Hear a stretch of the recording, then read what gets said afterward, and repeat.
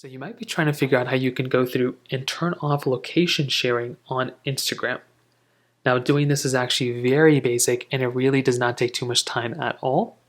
So to get started, what you're first going to want to do is you want to go through and you want to make your way over to your Instagram application.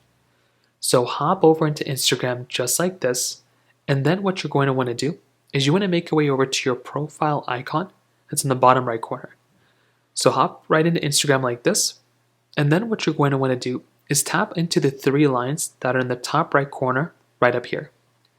Now, there's a couple ways to jump right into the location part.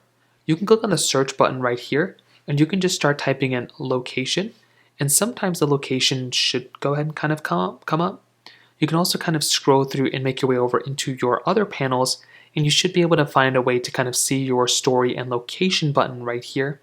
You can tap on story and location, and you can go through and modify your location sharing. Right here we have location sharing. Go ahead and tap on that. Then you can go through and kind of modify your location services this way. You can also try going through inside of your settings app right here. Go inside of your apps panel. So wherever your apps panel is like this, go ahead and find the Instagram application.